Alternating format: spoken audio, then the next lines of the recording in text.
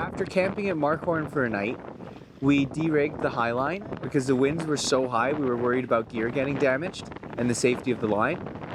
So we got up early at 6 a.m. and we de-rigged the line first thing before the wind got too out of control.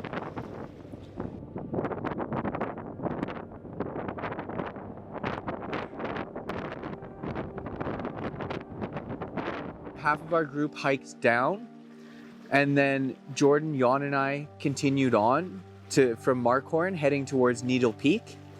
So we established one line off Markhor, about 120 meters long. Beautiful line. Then we continued scrambling down Markhor and starting the traverse to Needle Peak, where we established the scary 90. There's no other way to describe the line. It is fucking terrifying. It's bolted right at the crux of the traverse, and you know, when we got there, we had full intentions of completing the traverse together, but after being defeated by the wind and working on the bolting for almost 3 hours, Jordan and I ran out of steam and actually decided to turn around. So Jan's the only one who completed the traverse, and he took the bolting kit and continued onwards. The goal was to bolt 3 lines, so he continued over Needle Peak, over towards Flatiron, and bolted the 3rd line, camped there solo, and then came down. At the end of the day, your ego is bruised. I don't like the fact that I didn't complete it, but I'm happy that I listened to my gut, because so many times in my life I have listened to my ego over my gut and I've ended up messing something up.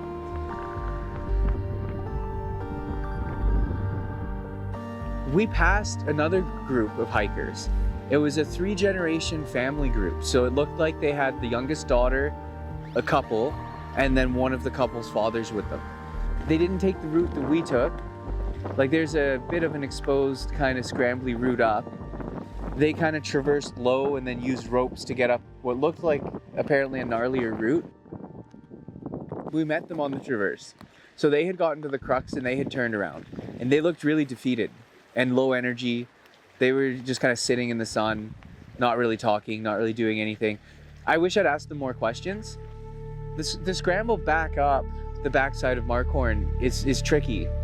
Jordan and I got lost on the way back and ended up on some sections that, you know, we couldn't turn around, exposed slab. You just had to like grab handfuls of roots and just lean into the rock and just trust, and it was scary. It was really, really scary.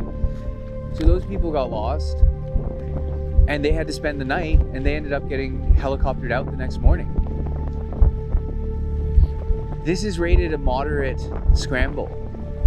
It's not even like considered that extreme if you go on guidebooks and stuff. So just understanding the importance of knowing your terrain, knowing what you're getting into, having the appropriate gear,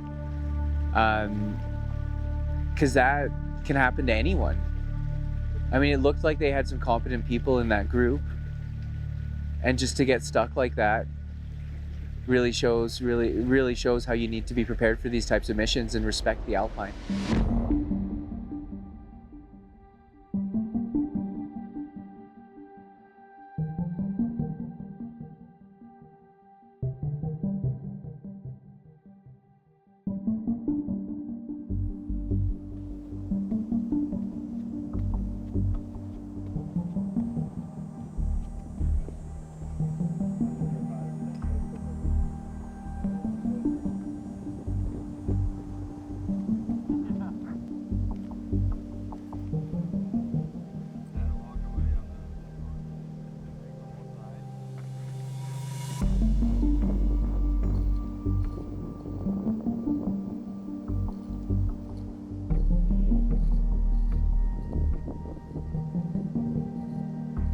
Just start wandering to the Alpine, and the first line which we bolted, I think it's 3 years ago, it's the one on the Yak line, which is now named Ride the Yak, and it's the furthest mountain background. It's Yak Peak, and that's how it all started, like being there and camping.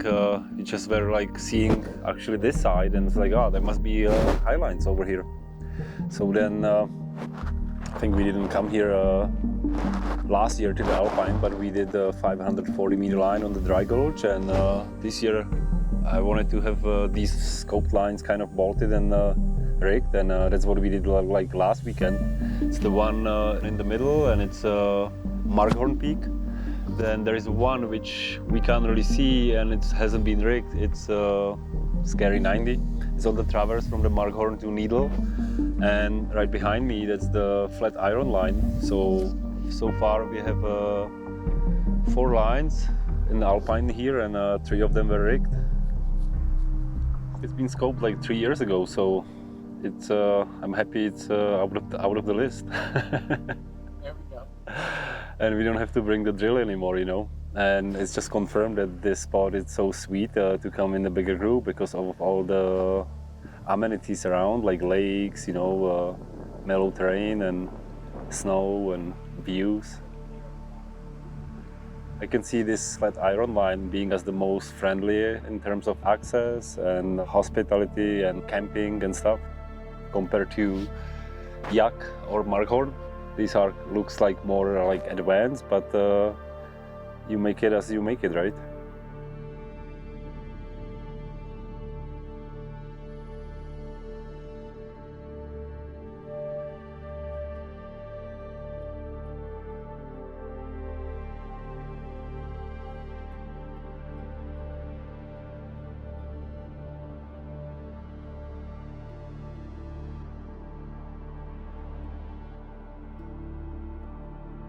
I was getting all warmed up, doing my physio to get on after George for the sunrise walk.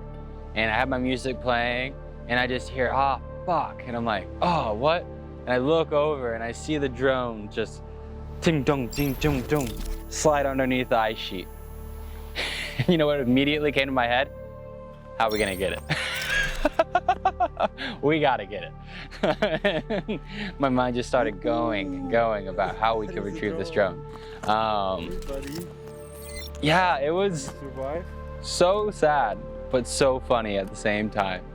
Because it was like so much good footage on that drone, but it was also a reminder that, like, why does the footage matter? It's what's up here, what's important. It's not what we have on an SD card. So why am I so focused about that? And so then I had a great sunrise walk. It was absolutely beautiful. Yeah. Yeah.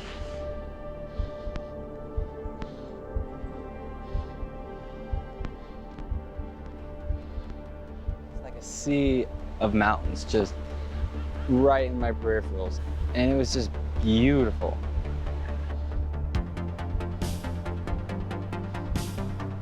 Definitely is up there with one of my best walks I've ever had on a highline, especially alpine, nonetheless.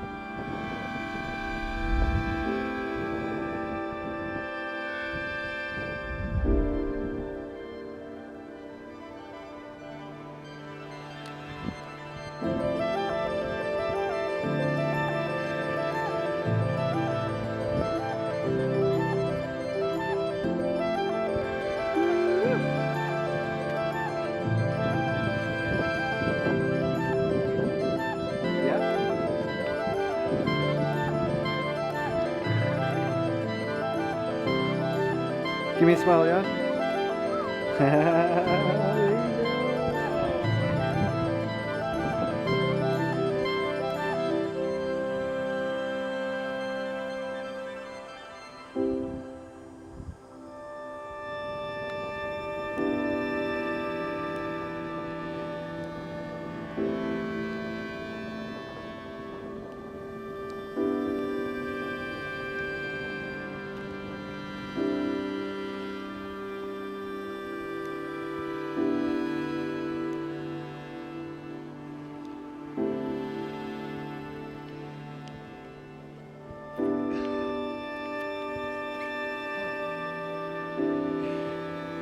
What was that, Sean? That was sick. Oh, stiff, very stiff. After that big hike with all the gear. But it was fun. Like, oh my God, look at that. I was walking and like on the way there it was all stiff and I turned around and I was like, okay, like I need to relax. Just looking at the sunset. And it was like the smoothest walk. It was way smoother than on the way there. I just couldn't stop laughing.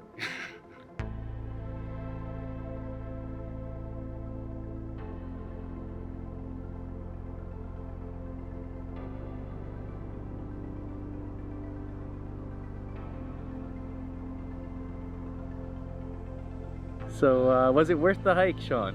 Yeah, it was worth the hike. Yeah. Dope, Yeah, dude. man. Live life, live long. Oh, dude. Two biggest things that I realized between the Markhor line and the Flatiron line. Wind shelter. Markhor line was like right in the channel of a wind corridor, so it experienced a lot of wind. And Flatiron was just right on the backside of the summit, so it was more sheltered and it felt a lot more pleasant, one would say.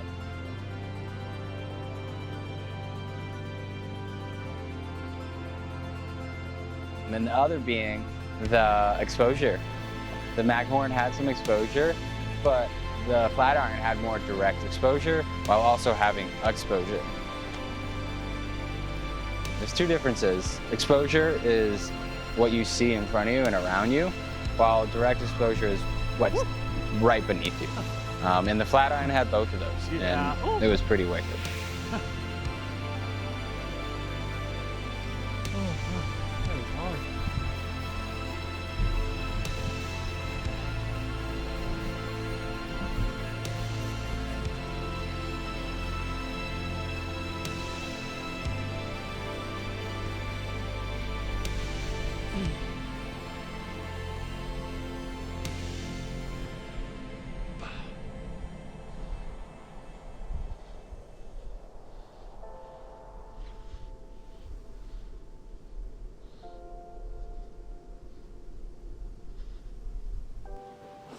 Flatiron, I would rig again. It just had like a good setup for base camp. It had an alpine lake to like cool off. I swear I did it like 4 times a day. And it was just really cool too, because families would come up and kids would come up and they would just be like in awe. And you know, like I do this for myself, but I also do it to inspire someone, because when I was younger, I had to look up to someone, and that person had to be, you know, had to be someone for someone else. Do what you love and never stop. Whether you tell yourself you can or you can't, you're fucking right. Do this? You're welcome. Thanks for inviting me. Definitely. So what are your first impressions of kind of the Highline community or the Highline scene that you've witnessed here today?